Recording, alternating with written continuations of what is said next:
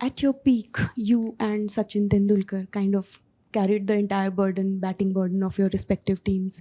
In the current generation of cricketers, who do you think comes close to that kind of a stature? Who can? Well, first of all, I want to correct you because, you know, it's all well and good to be put up in that sort of upper echelon and people look at you in that way.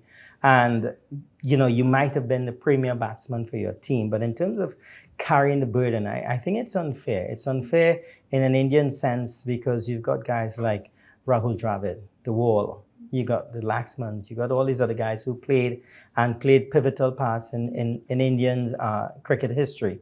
And in my case, a Chandra Paul, a Jimmy Adams, a Carl Hooper.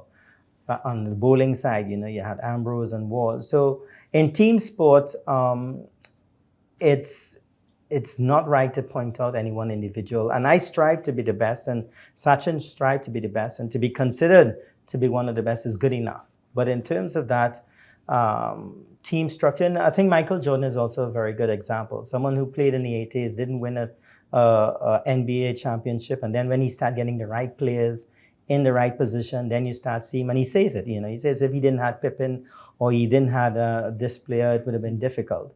So in the current thing in world cricket, I believe that the game has advanced so much that you're getting a lot of teams that are well equipped throughout.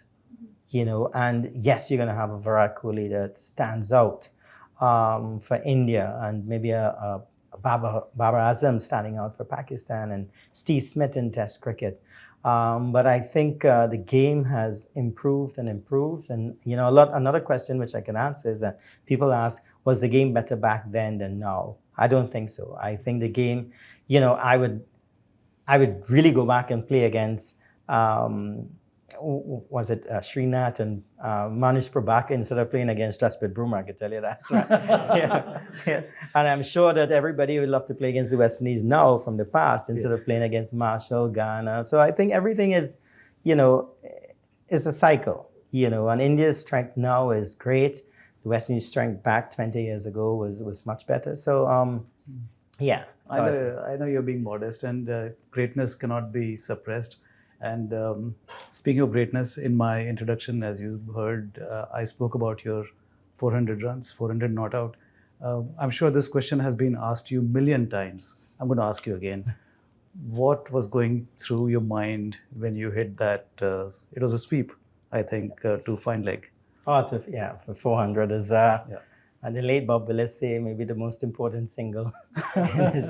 But I think, first of all, you know, getting to a triple hundred again and getting the opportunity to go past Matthew Hayden, my 375 and Matthew Hayden's 380 was just it was a great honor and privilege. I still believe that everything has to be, you know, destined. You know, everything has to be in the most perfect position, you know, for you to score 400 or 501 and stuff like that. And I still believe it's all destiny.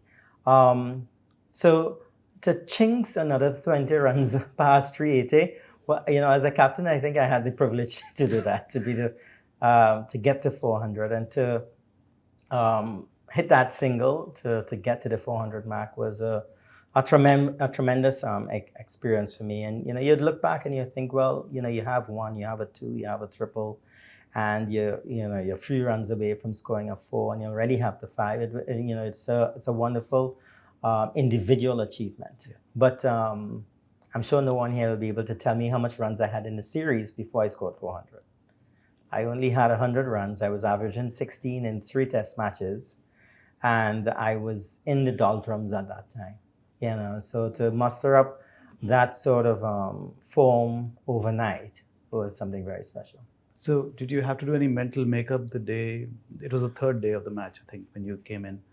What you must have thought of it? You know what? Less than I thought of it 10 years earlier. Because, you know, when you're 24 years old and you're going towards a record that is 38 years old, you know, you're nervous, your hands are sweating, you're uneasy because this is you haven't been there. Yeah, you know, uncharted territory. Yeah. And I think 400 was a little bit more calculated. I understand the positions. I knew where, if I got to this total, on the second day, where I'll be coming from. So I think I was a lot more mature and a lot more well prepared for the 400.